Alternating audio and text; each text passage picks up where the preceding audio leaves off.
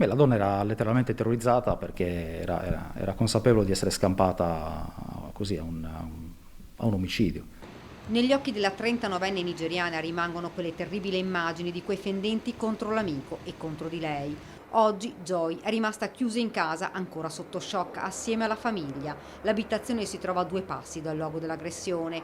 Si è chiuso nel silenzio anche il fratello della vittima, che non ha voluto dire nulla. Una tragedia della gelosia, una follia finita nel sangue. Questa è la certezza, ma ora le indagini che devono chiarire ancora molti aspetti di questa pagina dell'orrore. Questi fatti, l'assassino, invaghito della 39enne nigeriana, ha trovato la donna e la vittima, Luciano Dallava, in auto insieme. Ha pensato che ci fosse insomma una storia tra loro due e li ha aggrediti insieme.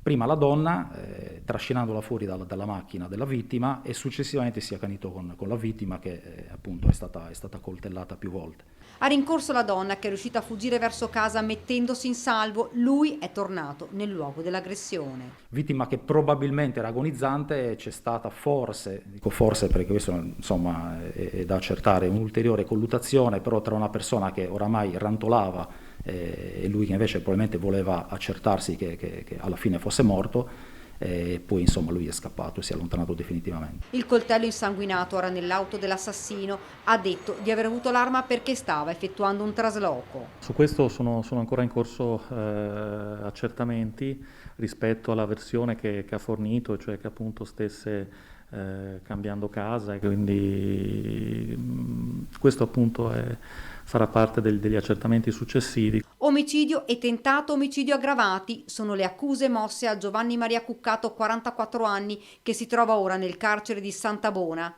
Fra l'assassino e la vittima c'erano legami, si conoscevano? Anche su questo stiamo facendo accertamenti. Al momento pare che non ci fosse una conoscenza, diciamo, approfondita tra i due. Sul corpo della vittima è stata disposta l'autopsia.